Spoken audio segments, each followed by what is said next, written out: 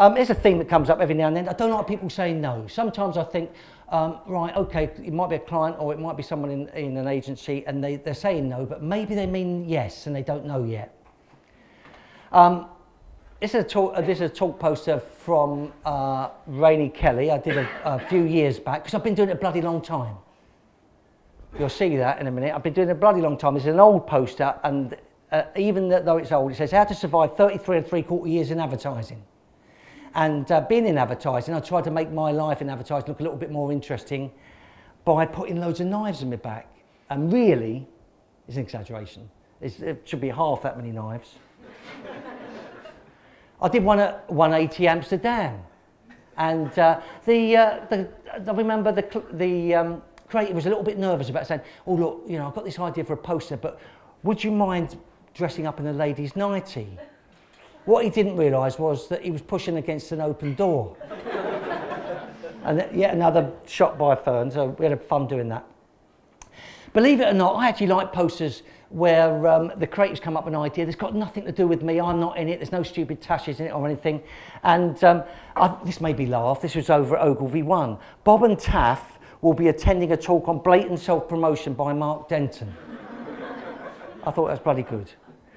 Someone over at Channel 4 seemed to think I had a big gob. And someone over at Abbott Mead Vickers seemed to think I had an head that looked like a potato.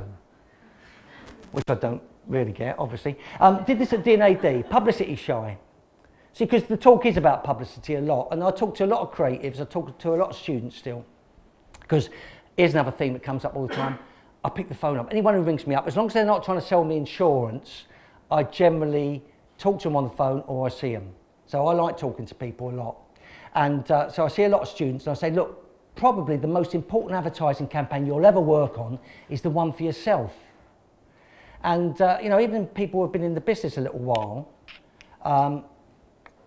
sometimes, you know, I've got a couple of mates who are quite senior creatives, and I always say, hey, look, why don't you get a bit of publicity for that? Why don't you fluff up your profile? And they say, well, we'll just let the work do the talking, which I've always found to be a mistake. Sometimes it's suggested, do a bit of work, and they say, well, we'll let the agency PR department look after that, or our PR company. And sometimes it feels like you never see your work again. Maybe it's just on my stuff, but trusting other people to your publicity is sometimes a bit risky. Anyway, I got a job over at Leo Burnett as a visualiser, in the studio, the visualiser. So what happened was that I was drawing up other people's roughs. That was my job. And every now and then they'd say, they had Cadbury's at the time, draw up these Cadbury's cream egg posters, and I couldn't help myself. I thought I could do some better ones. I'll draw my ones up as well. So I always used to do that, always try to do better ones than the ones they asked me to draw up. And I liked them. No one bought them. I liked them. But I did this one here and I thought, oh, it's bloody good. And any creative will know, you've got a good 48 sheet poster. Generally it makes, with a really good single-minded idea, generally it makes a bloody good 30-second TV commercial. So despite the fact they had asked me to draw some posters up, it was a bit of a long shot, really, because the requirement for cream eggs that year was to do a TV commercial.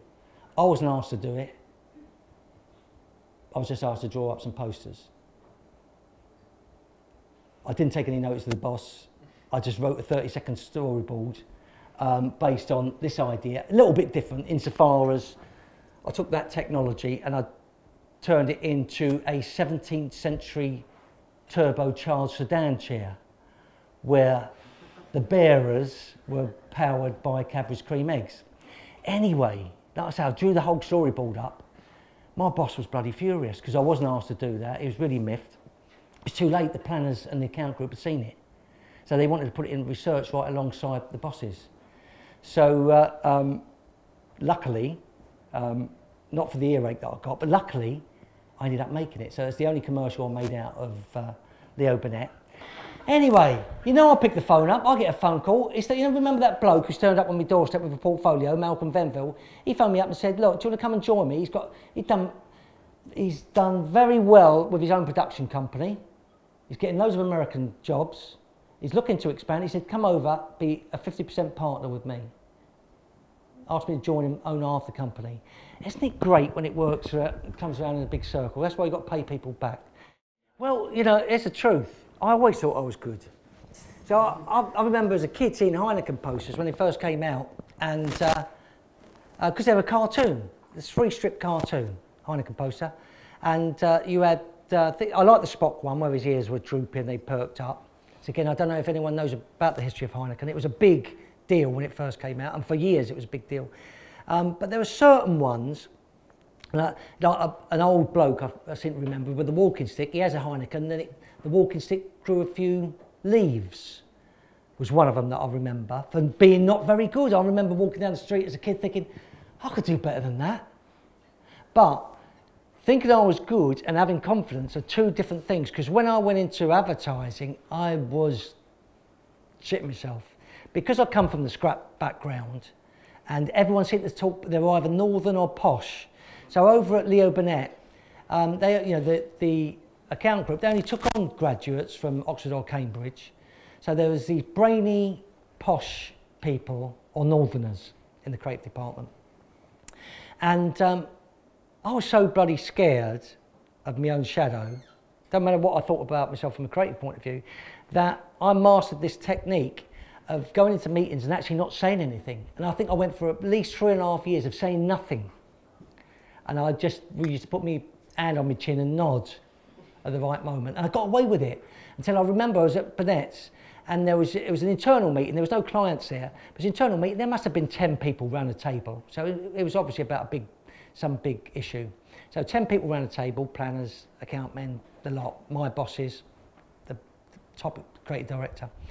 And the phone rang next to me. And then everyone looked at me.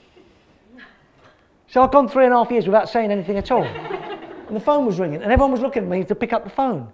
And I was so shit scared of picking up the phone that some posh graduate had to come and pick the phone up, because I was frozen with fear. And, you know, because I thought, you know, I did try putting on the posh accent, and it didn't work, it didn't stick. I know I've got a residue of it now, but it's just what I picked up naturally. But the moment I realised that actually you can just talk with your own voice, and you can lose your way in the middle of a conversation, or you know, you can stand up in front of people and then forget what the start of the sentence was. As soon as I got that, then the whole world opened up for me.